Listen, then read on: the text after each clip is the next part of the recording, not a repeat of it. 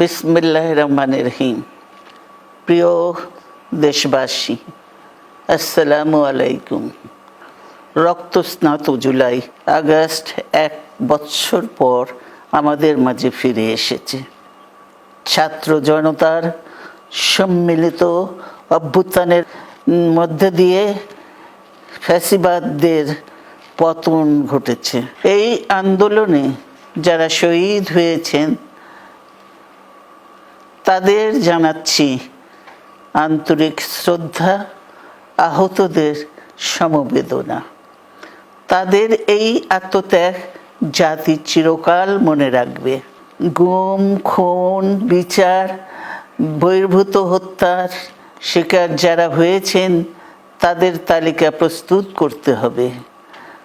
দ্রুত বিচারের ব্যবস্থা ও রাষ্ট্রীয় স্বীকৃতি নিশ্চিত করতে হবে।